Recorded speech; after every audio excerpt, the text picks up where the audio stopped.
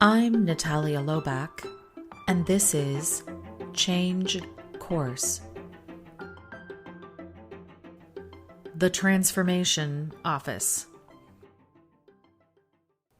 Okay, I'll admit, this is probably one of the most boring episode titles that I'm going to put out there on this podcast, but it's kind of important stuff. So forgive me for that, and I hope that this will help you understand a little bit more about how transformation actually works inside organizations. I talked about the Transformation Office a couple episodes ago when I talked about mergers and acquisitions. So the episode title there is On Mergers and Acquisitions. So if you haven't listened to that one, I would suggest you go back and give it a listen because I break down the roles and the functions pertaining to organizational change in a transformation office in that context. When you're looking at a large enterprise change, like a merger, acquisition, reorg, or divestment, or you're looking at a digital transformation, so adoption of technology at an enterprise level, you need somebody who is responsible for and taking care of that transformation. I talked about the Transformation Office in the context of mergers and acquisitions and who leads it and where it's set up and how that works. It's a little bit different when we get into technology transformation. And the reason is because technology transformation often sits under the domain of your CTO or your CIO. So that would be Chief Technology Officer or Chief Information Officer. So the role title might be different depending on your organization, but often the function of technology adoption for business-led functions, so business-led technology, is a partnership between your technology domain and executive and your business executive. You still need people, though, to help you with this transformation. Sometimes in technology organizations, you will have a project management office or you will have a transformation office already embedded or baked into that structure. So this is sometimes a huge benefit because you've already got that structure. You've got people in that role who understand how to do it. They're doing these successive changes. They're really on top of their stuff. So in terms of technology transformation, there are a lot more people out there with those types of skills. But again, it's very similar, and I'll break it down. You will have a project lead or a project director. Sometimes this is going to be your PMO director. Sometimes it'll be an actual PM or project manager. You're definitely going to have a project manager with technology PMing skills. So again, this is a specific skill set. You're going to have a change manager, and your change manager and project manager are going to be working very closely together. Project management will drive vendor accountability and vendor relationship. Often when you're looking at software as a service, you're bringing somebody in who is going to help you implement it. There are lots of different ways to do this. Some are better than others. Not going to get into that. I've seen some really great ones and I've seen some really difficult ones. You need a project manager to derive that accountability because you can very quickly run out of runway. You can run out of money. There's a lot of ways you need a project manager in there to help you manage the risk around this type of implementation, and risk specifically being enterprise or organizational risk, as well as, budget, timeline, that kind of stuff. So you need a good project manager. You also need a really good change manager, and the change manager is going to be responsible for looking at your process changes, because technology change is process driven. So you need somebody who's got really good process skills. You might want to get like a process specialist or process reengineering specialist in there to help you around lifting some of these processes into the technology and also helping you to identify some of these pain or inflection points.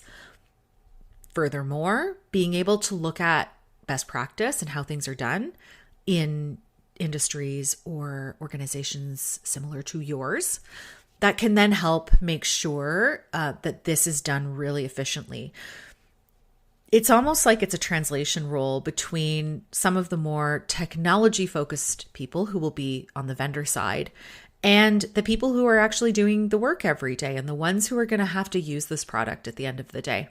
So there's a translation role and a translation capability that happens in between your business people and your vendor or your implementation partner or the people who are really involved in the nuts and bolts of that technology. You've got to be able to translate between those two. And I've found in my experience that vendors aren't very good at this.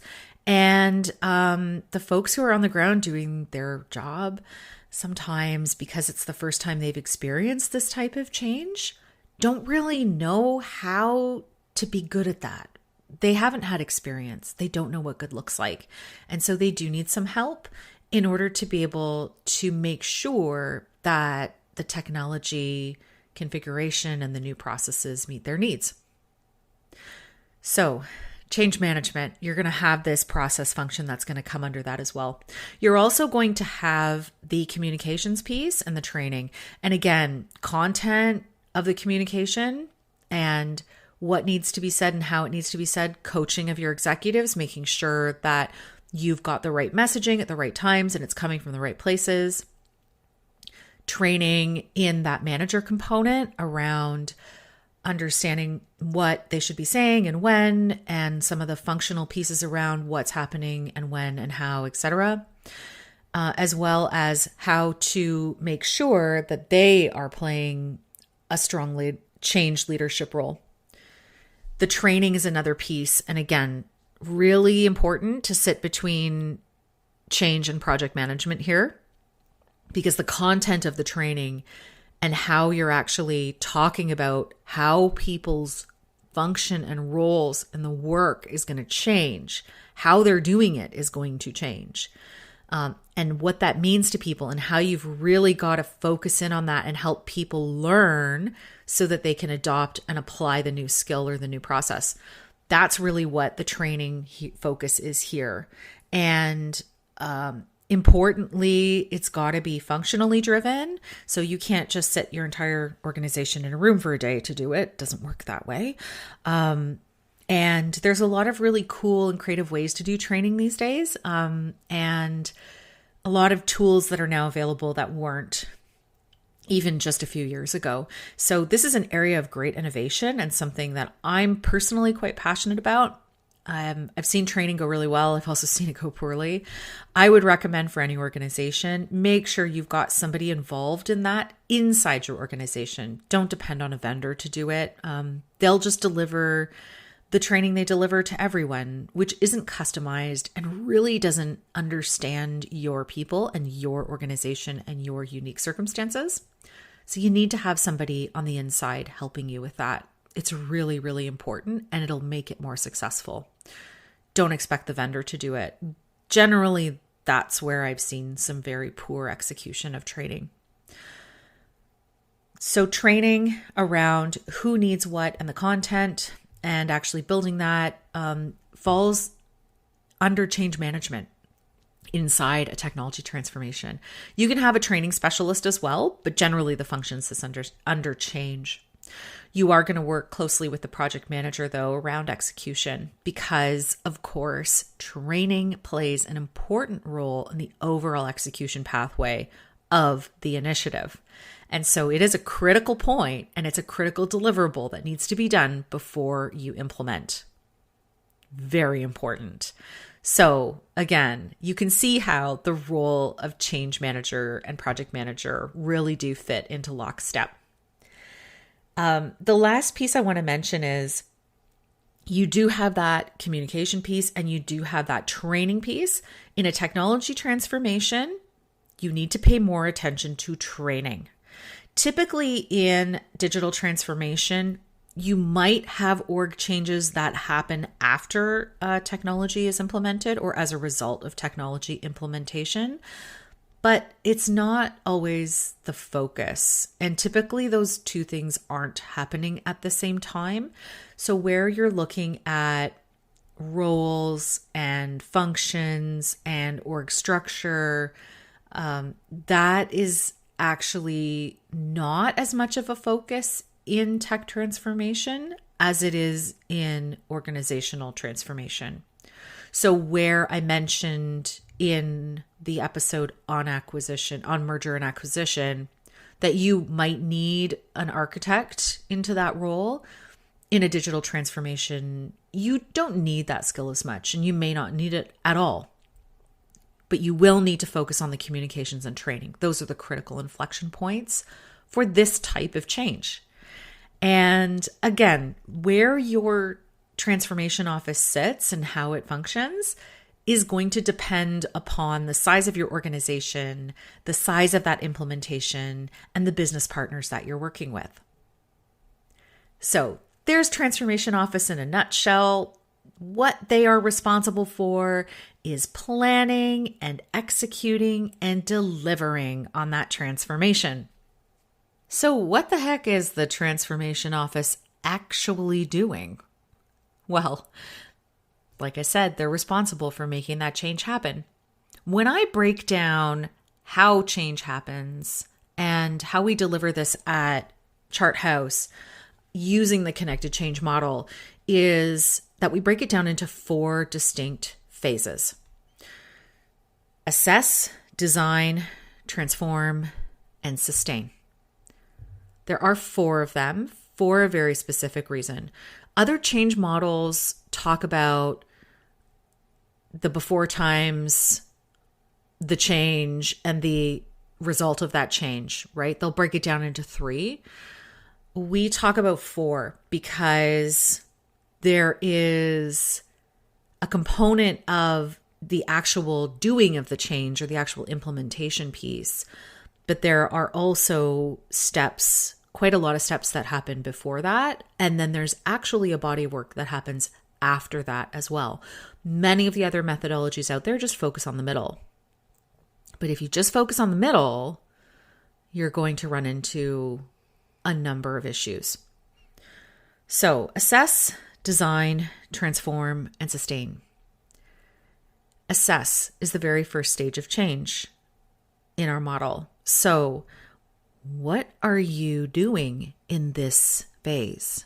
Well, you're figuring out the context for that change. You can start assess at the point at which you determine or decide that a change is needed.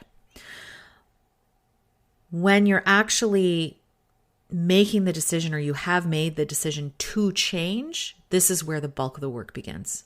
So let's say a big organizational change has been leveled to the board and the leadership of the organization, and the change has been approved. So you are going to go down that pathway of change. The first thing that you are going to do is assess the context of the change.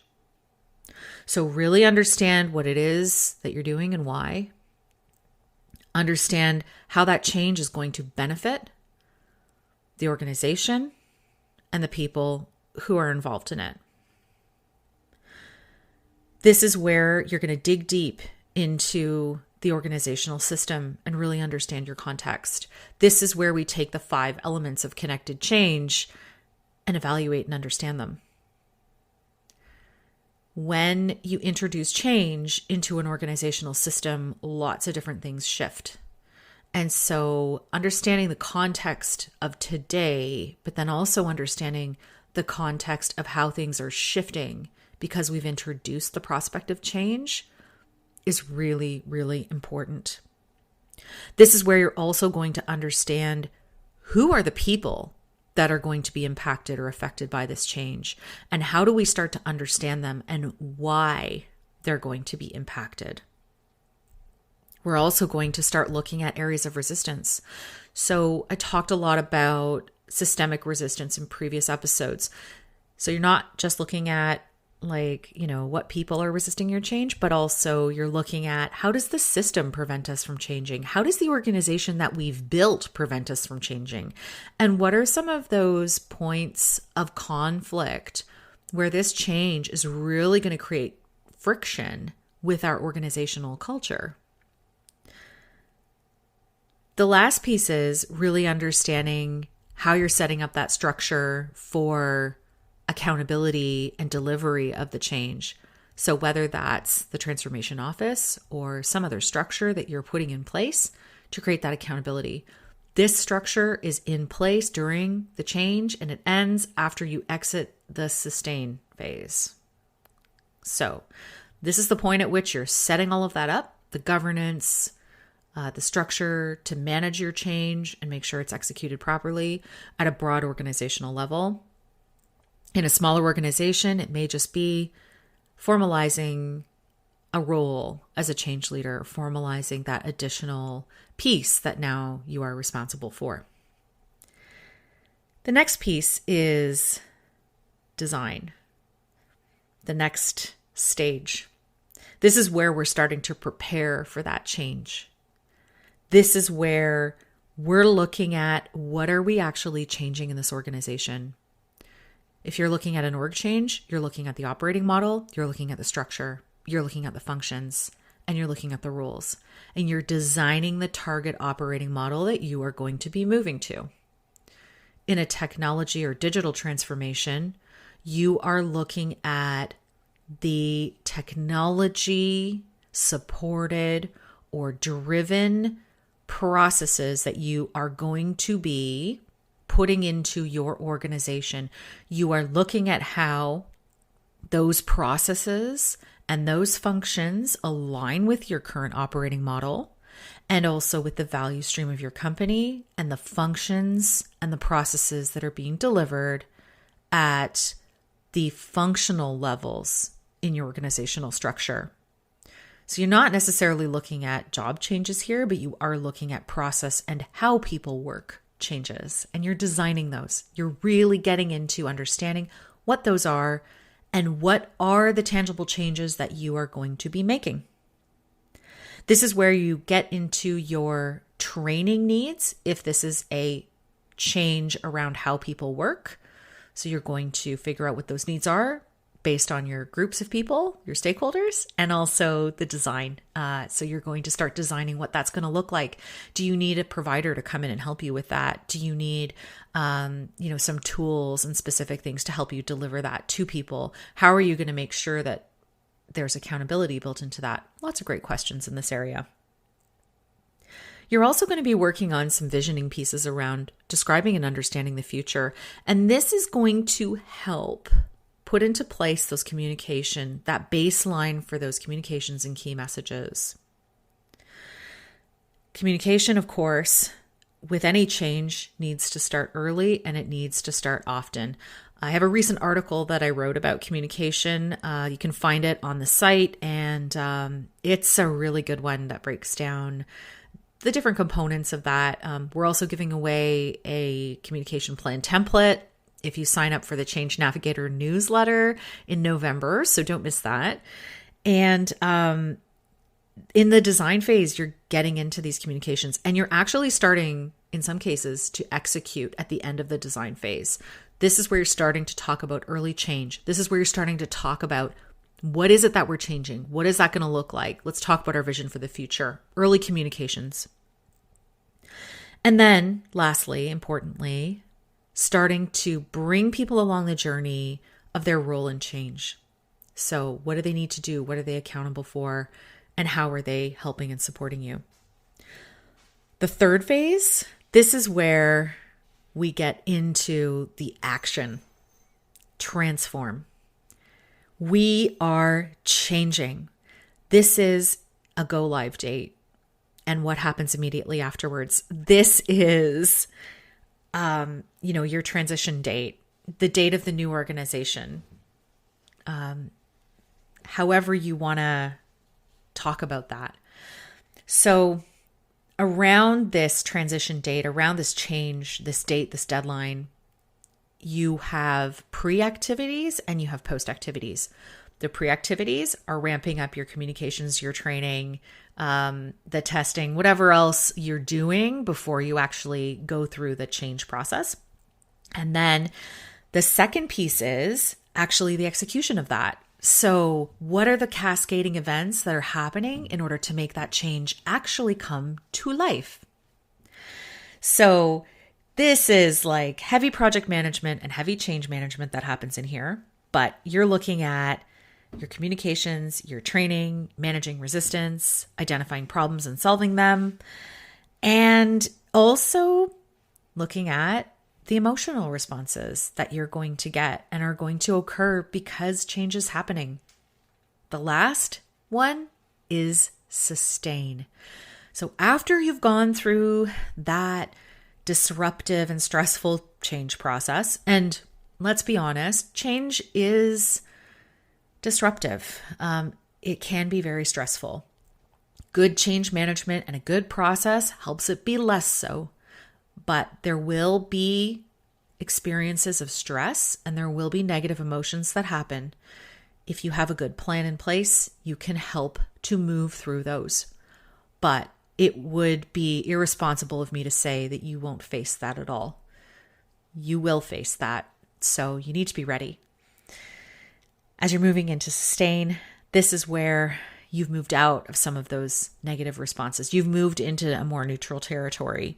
And you're still looking at how are you managing down resistance, areas of resistance? What are the things that you're changing in terms of your communication? How are you weaving together those 5 elements of connected change into your new world? What does this actually look like? Is there anything you need to adjust? Are you integrating your history through stories? How are you talking about change now? How does that change? And how are you identifying and solving problems as you're moving into stabilization, as you're moving into a place where change is and this is such an overused phrase, but change is the new normal. Stabilization.